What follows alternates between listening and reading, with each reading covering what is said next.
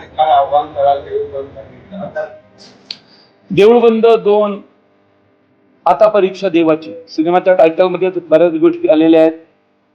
पहिला देऊळबंद तुम्हाला आवडला असेल, मुळशी पॅटर्न तुम्हाला आवडला असेल तर हा चित्रपट खूप आवडणार.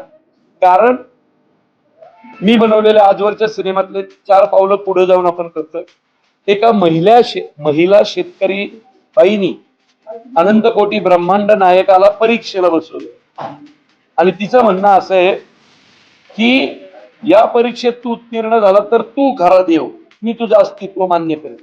आणि एक नास्तिकवादी देवाला चॅलेंज करते हो. देव पण हसत हसत ते स्वीकारतो चॅलेंज. त्याच्यावरती पुढचं बोलती काय बोलती ती गोष्ट आणि कशी एक महिला शेतकरी नास्तिक आणि स्वतः परमेश्वर यांच्यातली जुगलबंदी आणि त्यातून दोघांनी मिळून काढलेले शेतकऱ्यांच्या प्रश्नावरची उत्तर ही चित्रपटात आहे.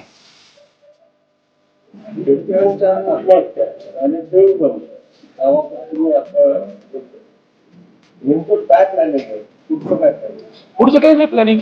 म्हणून तर या 21 मे ला चित्रपट रिलीज करतोय. कारण मे जून जुलै शेतकऱ्यांसाठी बिकट काळ असतो सगळा. मग अवकाळी पाऊस पडू शकतो, ओला दुष्काळ, सुका दुष्काळ, असं काही भाव पडला, दुबार पेरणी तिबार पेरणी, काही घडू शकतं ना शेतकऱ्याच्या आयुष्यात. ते हे दिवस म्हणून चित्रपट आता रिलीज.